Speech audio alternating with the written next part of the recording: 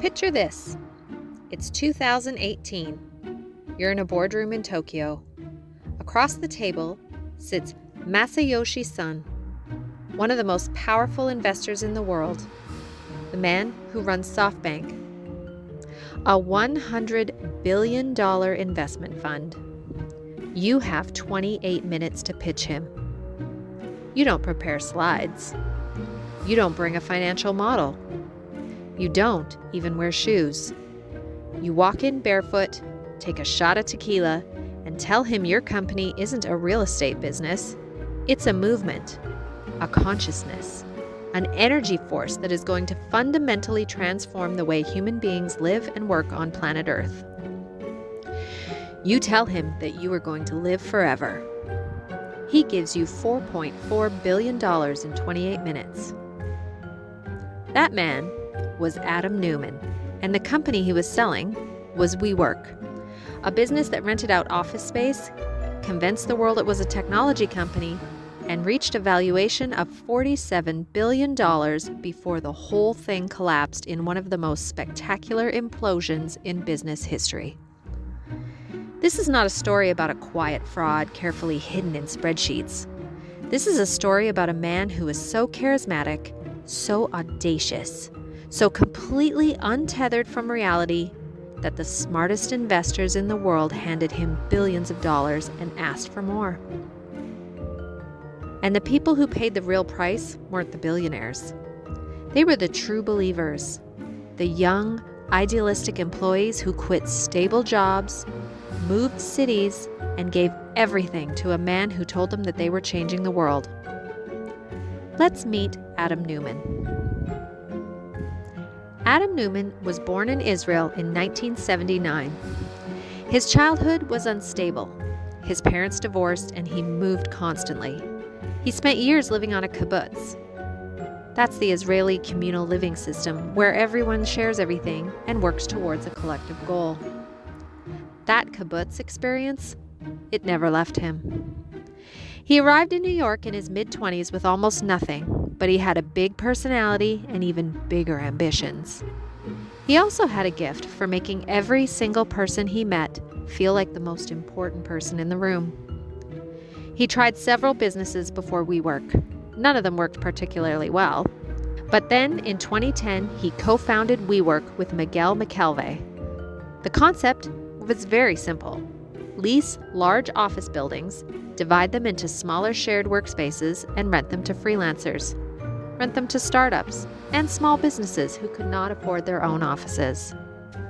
This was not a new idea. Shared office spaces had existed for decades. But Neumann just didn't sell shared office space. He sold belonging. WeWork locations didn't feel like offices. They had exposed brick walls, kombucha on tap, hammocks in the common areas, and a carefully cultivated atmosphere of creative energy. The people who worked there weren't tenants. They were members, part of a community, part of something bigger than themselves. At the center of all of it, barefoot, magnetic, and slightly terrifying, was Adam Neumann. He told his employees that they were not renting desks. They were elevating the world's consciousness. He said WeWork's mission was to make a life, not just a living. He told journalists he wanted WeWork to be worth more than $10 trillion. He said he wanted to be the world's first trillionaire. He said that he wanted to live forever and become Prime Minister of the world. And here is the most extraordinary thing about all of this. People, they believed him. Between 2012 and 2019, WeWork raised billions of dollars from some of the most sophisticated investors on the planet. The pitch was always the same. WeWork wasn't a real estate company. Real estate companies are boring. Real estate companies get boring valuations. WeWork was a technology company, a platform, a network like Uber or Airbnb, asset light, infinitely scalable, designed to transform an entire industry. The fact that WeWork owned no technology of any significance, that its entire business model involved signing long-term leases on buildings and renting them out short-term, a model that loses catastrophic amounts of money when economic conditions change, was a detail that Neumann preferred not to dwell on. Instead, he coined a metric called community-adjusted EBITDA, a financial measurement he essentially invented that stripped out most of WeWork's actual costs to make the business look profitable when it wasn't. Wall Street analysts looked at this metric and raised eyebrows. Sophisticated investors read the footnotes and felt uneasy. Then Masayoshi Son happened. Son ran SoftBank's Vision Fund, a $100 billion pool of money specifically designed to make enormous bets on transformative technology companies. He had backed Alibaba early. He'd made billions. He believed in backing founders with audacious visions. Neumann was the most audacious founder he had ever met. After that 28-minute barefoot tequila meeting, Son drew a diagram on a napkin. 2 curves, one labeled crazy and one labeled not crazy. He pointed to the crazy curve and told Neumann that in a fight between crazy and not crazy, crazy always wins. He invested $4.4 billion. That single investment transformed WeWork's trajectory and its problems forever. I want to stop here and talk about the people who matter most in this story. Not the billionaires, not the investors, not Masayoshi Son, who could afford to lose billions and still retire in extraordinary comfort. I want to talk about the employees. WeWork, at its peak, employed nearly 15,000 people around the world. Many of them were young, in their 20s and early 30s, drawn by the mission, the culture, the promise of stock options that would make them wealthy when WeWork eventually went public. They worked extraordinary hours. They moved cities for WeWork. Some left stable corporate careers to join what felt like a revolution. They were paid below market salaries, but that was okay because the stock options would more than make up for it. When WeWork went public, they would be rewarded for their belief. Neumann cultivated this belief deliberately and masterfully. He held company retreats that felt more like religious revivals than corporate events. They had music, dancing, speeches about changing the world, and a genuine atmosphere of collective purpose. He told employees that working at WeWork was not a job, it was a calling. And they believed him because he was so completely, utterly convinced himself, or at least performed the conviction so perfectly that the differences didn't matter. While his employees deferred salaries and worked weekends and told their families they were changing the world, Adam Neumann was charging WeWork $5.9 million to license the word "we" back to his own company. He was selling WeWork stock while telling investors that the company was poised for explosive growth. He was flying private on a WeWork jet, with a surfboard strapped to the side and marijuana in the luggage. He was buying hundreds of millions of dollars in personal real estate. He was building a personal empire on the back of a company that was losing $219,000 every single hour.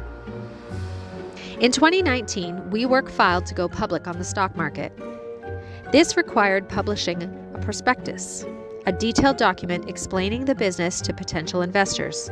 For the first time, the general public could see WeWork's actual financials.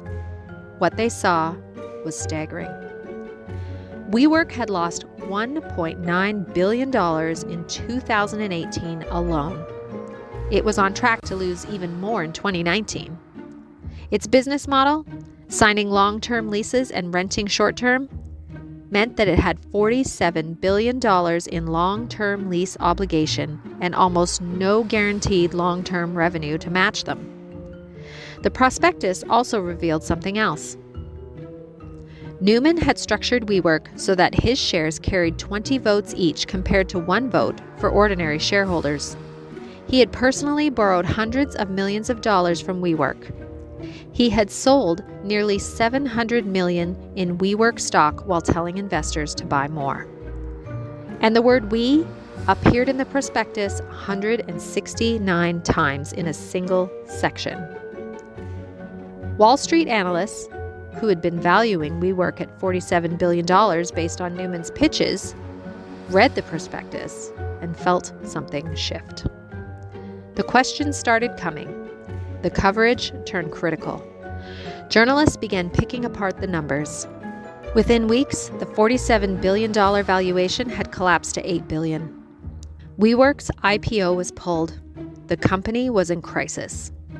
In September of 2019, under pressure from SoftBank and its own board, Adam Neumann resigned as CEO. He left with a $1.7 billion exit package. The employees, the true believers who had deferred salaries and worked weekends and given their 20s to the mission, received almost nothing. Thousands were laid off. Their stock options were worthless. Neumann got $1.7 billion. His employees, they got severance letters. WeWork filed for bankruptcy in November of 2023. The company that had once been valued at $47 billion, that had convinced the world that it was going to transform human consciousness, filed for bankruptcy with $18 billion in debt. SoftBank lost approximately $14 billion on its WeWork investment. Masayoshi Son called it an embarrassment and admitted he'd been blinded by Neumann's charisma. The thousands of employees who lost their jobs, their stock options, and in some cases their career momentum, received no such acknowledgement. And Adam Neumann? He is currently trying to raise billions of dollars for a new company called Flow, a residential real estate venture. He has already secured $350 million from the venture capital firm Andreessen Horowitz. He's not in prison. He's not banned from raising money. He's not even facing criminal charges. He is, by most accounts, doing just fine. Every fraud has an architect, but Adam Neumann is different from every other person we've covered on this channel. Skilling knew Enron was a lie. Madoff knew the trades weren't real. Holmes knew that Edison didn't work. Neumann, and this is what makes him so fascinating and so dangerous, he may have genuinely believed everything he said.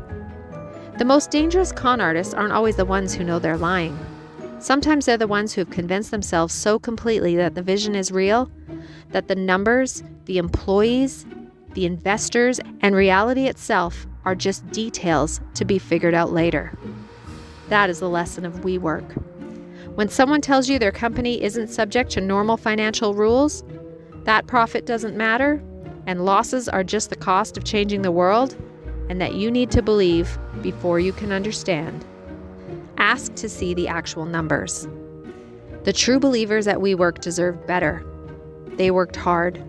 They believed deeply, and they were let down by a man who was too busy buying mansions and flying private to notice or care.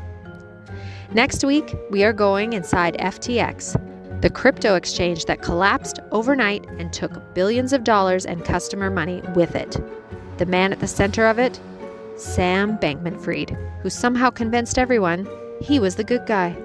Subscribe so you don't miss it. I'll see you Friday.